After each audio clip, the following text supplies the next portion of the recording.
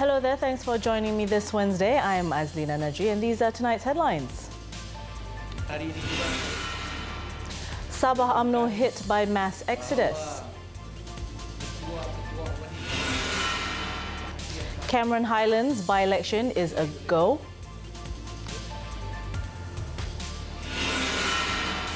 And Arul Kanda, the latest to be hauled to court over 1MDB saga.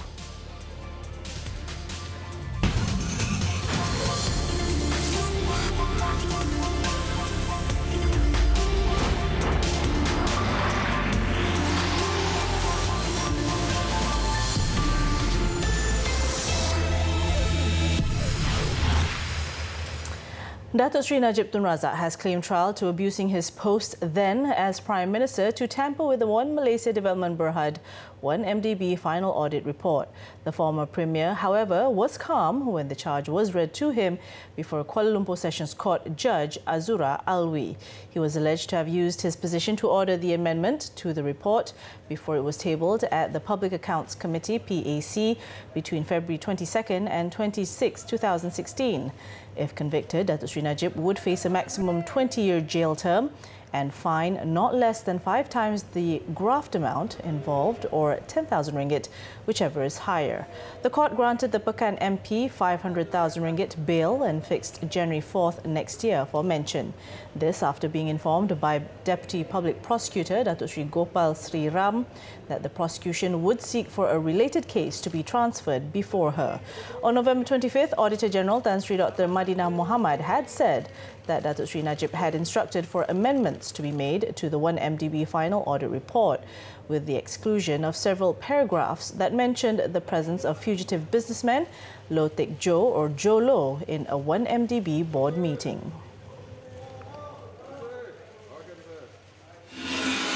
Meanwhile, former 1MDB President and CEO Arul Kandasamy claimed trial at a separate sessions court to abetting Datuk Sri Najib in the alleged tampering of the 1MDB final audit report. Arul Kanda was alleged to have abetted Datuk Sri Najib in using the latter's position as the then Prime Minister to order the amendment on the report.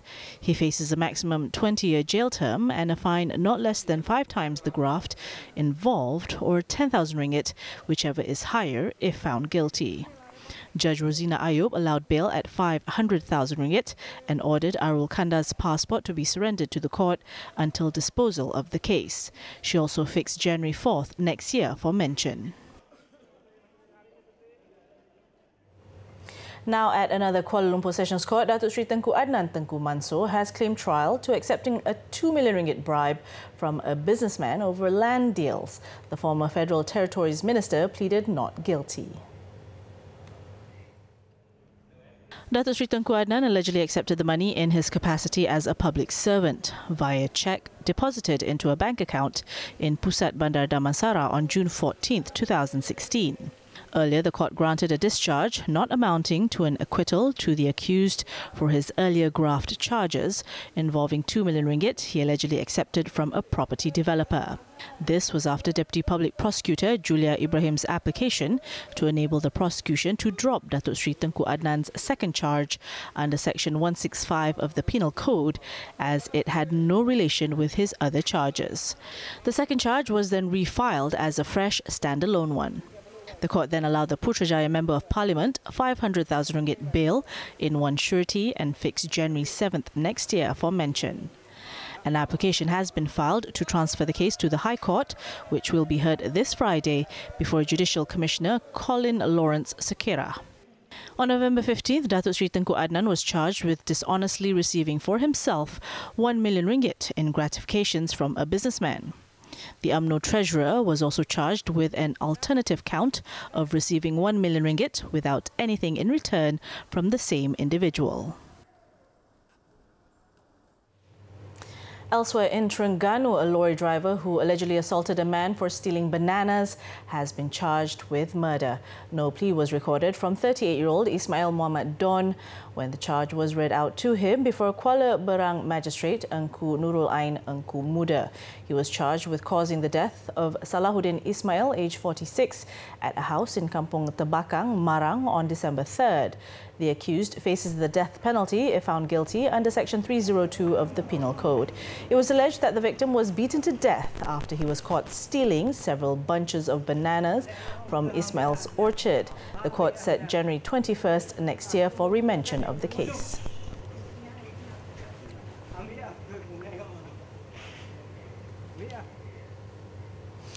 Now, the Kedah Customs Department confiscated contraband and duty unpaid cigarettes with a combined worth of nearly 4 million ringgit, the biggest haul by the agency so far this year. State Director Datuk Johari Alifia said 2 men believed to be lorry drivers were also arrested in the raid, while another managed to flee. He added that 3 lorries were stopped at the parking lot of the Sungai Buloh rest area on the Plus Highway last Saturday. They believe that the lorries were transporting contraband Vietnamese concept brand cigarettes from the north to the Klang Valley. The seized cigarettes were valued at 712,000 ringgit, with unpaid taxes and duties of 3.2 million ringgit. The case is being investigated under the Customs Act for transporting contraband goods.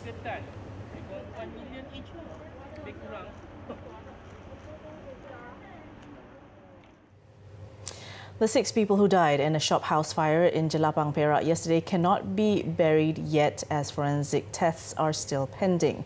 State Executive Councillor A. Sivanesan today said the hospital has so far completed 3 post-mortem examinations, while the police have yet to conduct the dental test. Speaking at a press conference at Hospital Raja Permaisuri Bainun in Ipoh, he added that the authorities had to follow the standard operating procedures before releasing the bodies. Jadi we have to be very careful. No one is delaying handing over the mayat, because now it is also the police case. Dan 4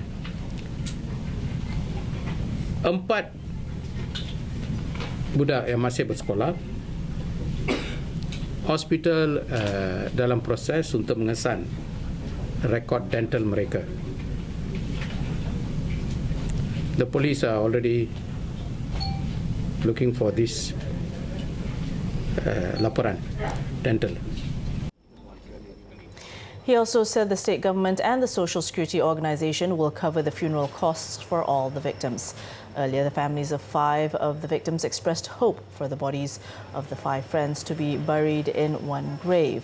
Yesterday, State CID Chief SAC Yahya Abdul Rahman said the bodies were burnt beyond recognition and all were found on the upper level of the shop. Initial investigations revealed that the fire started on the upper floor of the premises that was later determined to have been used to store fireworks without the necessary permits. Now, the 1:50 p.m. incident at the 2-story building in Puchak, Jelapang Maju Industrial Area killed the shop owner, 40-year-old P. Tia Garajun, and 5 part-time workers aged between 15 and 19. The victims were identified as Muhammad Nur Ikram Muhammad Husni, Muhammad Azhar Shah Rosli, and Muhammad Nur Aiman Abdul Rahman, Muhammad Ikmal Izuddin Muhammad Kamari, and Ahmad Faisal Amiruddin.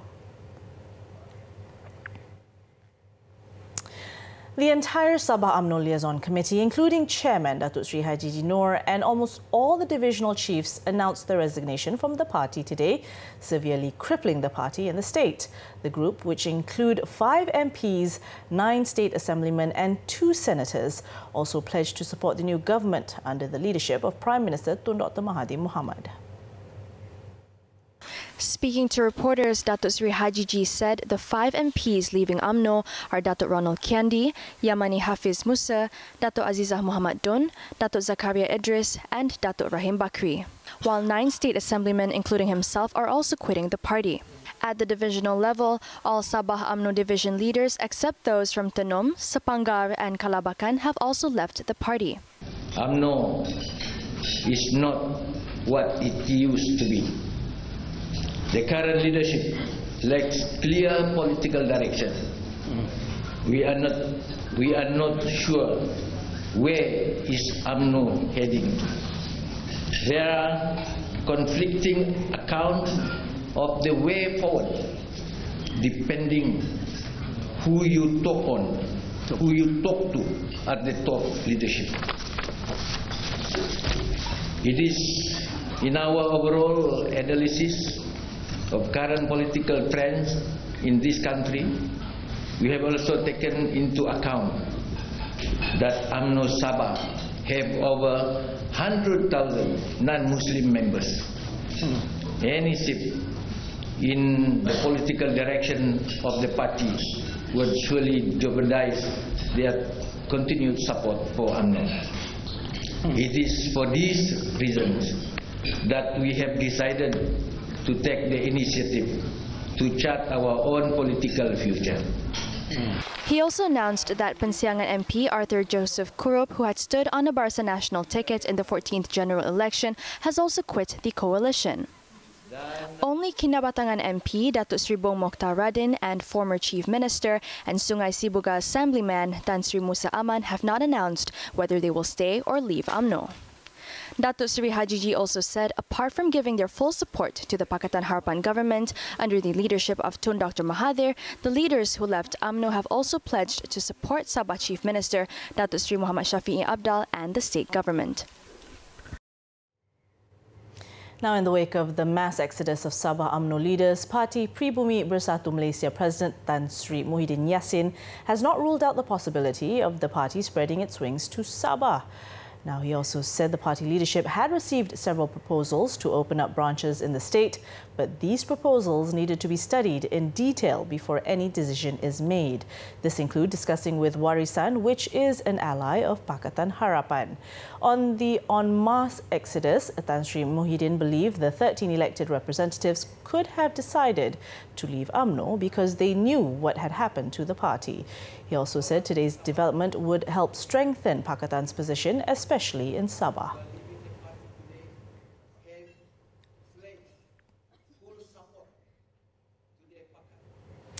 Meanwhile, UMNO President Datuk Sri Ahmad Zahid Hamidi confirmed that Sabah UMNO will not be dissolved despite the exodus of its leaders today. He also said the action of the state leaders was expected and it will not weaken UMNO in Sabah. Tindakan segera telah dilakukan bagi menyusun dan merombak Badan Perhubungan UMNO Sabah. UMNO juga bersedia dengan pelan penggantian di peringkat bahagian sebagaimana terkandung dalam fasal 15.7 dan fasal 15.8 seperti yang termaktub dalam perlembagaan UMNO. At the same time, State Party Youth Chief Abdul Aziz Zulkarnain said Sabah UMNO will rise again with cleaner and more energetic leaders. The State Party leader, one of the few still remaining, also said he sees this as a cleansing process that bodes well for the party in the state. Noting that most leaders who quit are division's chiefs, he believed their deputies are ready to shoulder the new responsibilities. Following the mass exodus, Datuk Sri Bong Mokhtar has been appointed by UMNO to lead the party's Sabah chapter.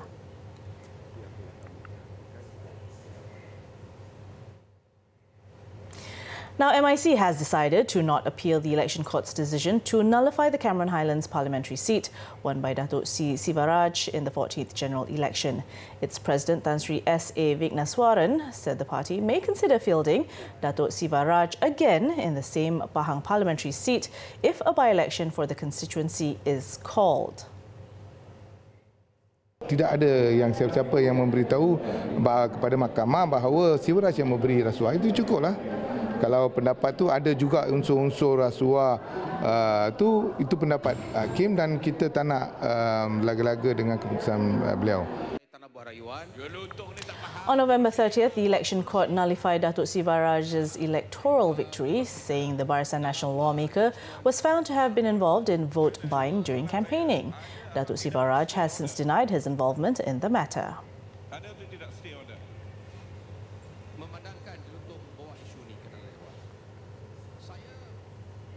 We're off for a short break. Stay with us for more news. We'll be right back.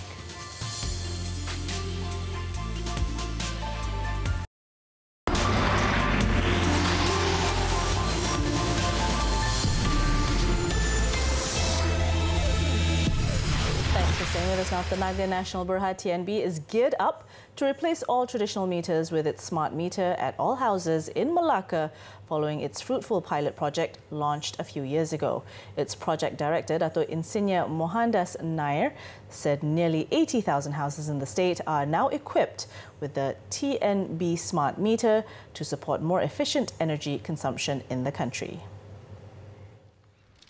According to Dato' Mohandas, TNB is targeting to install a total of 340,000 units in selected areas in Malacca before embarking on a statewide installation initiative. He said currently between 3,000 and 4,000 units are being installed in the state daily. Setakat ni kita telah pasang lebih daripada 80,000 meter dan so far tak ada apa-apa aduan yang besar daripada pengguna. Memang pengguna sedia terimalah teknologi baru yang disediakan oleh TNB ini. The Smart Meter Initiative is part of TNB's strategic plan to be carried out until 2025, aimed at constantly keeping customers satisfied. It comes with a home display device which allows consumers to monitor consumption by viewing their usage history, graph, as well as total and current consumption. Boleh tahulah berapa banyak ataupun berapa unit yang kita guna untuk per setengah jam. Yang lain-lainnya yang saya nampak ada di antara customer kita yang bagi tahu bil dia bulanan dia berkurangan. Bacaan yang akan dibaca nanti lebih tepat dah daripada meter yang lama. Meter reader tak perlu datang dan daripada TNB pun boleh dapat detect penggunaan rumah. Jadi ucapkan terima kasihlah dengan adanya meter baru ni. Kebaikan meter ni senang sebab baca meter boleh dari kita punya telefon dalam app. Lepas tu kita dapat bil pun direct. Tak payah orang datang tulis lagi.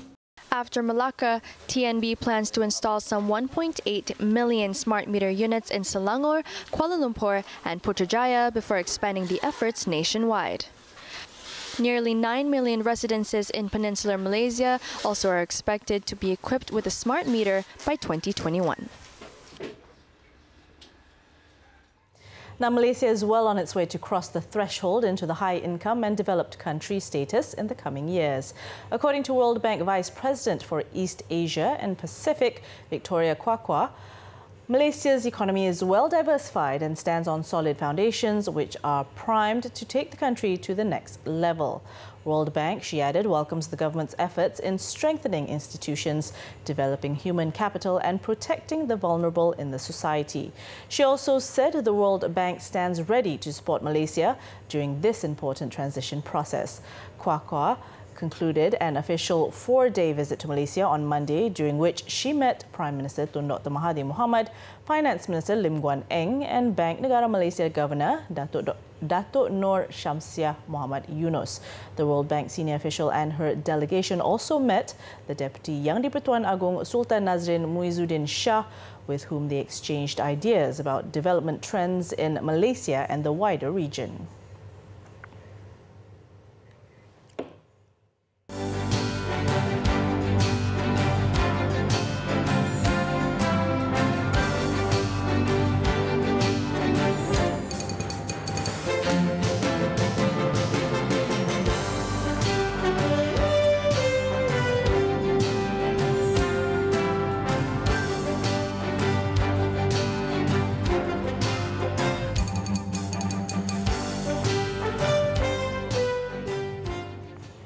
Now let's head over to Clickbait, where we take a look at what's trending and making rounds in the cyber world today. So food wastage has been an ongoing problem for many, and for one Malaysian, he came up with an idea on how to slow down nature's process. Taking one step at a time, a Malaysian company called Sticks Fresh has created a sticker that prolongs the freshness and shelf life of certain fruits for up to 14 days. In an effort to curb food wastage, Zafri Zainuddin and Bukhari Othman founded their company in 2017 in the United States. Coated with sodium chloride and beeswax, the 100% organic stickers slow down the ripening process by removing ethylene and ripening hormone found in fresh produce. According to the Vulcan Post, they can only be used once and lose their efficacy once peeled off, and are said to work best with mangoes, avocados, papayas, dragon fruits, star fruits, apples and pears. As winners of the ASEAN Rice Bowl Startup Awards 2018 for Best Food Agri-Tech Startup, Sticks Fresh has big ambitions to see their product make its way to Europe, Africa, Asia and the American continent. Quoted by Says, Zafri said the company aims to broaden their spectrum to other fruits and even include vegetables on the list. Now updated as of 7 p.m, here are the top trending topics and searches on the internet today.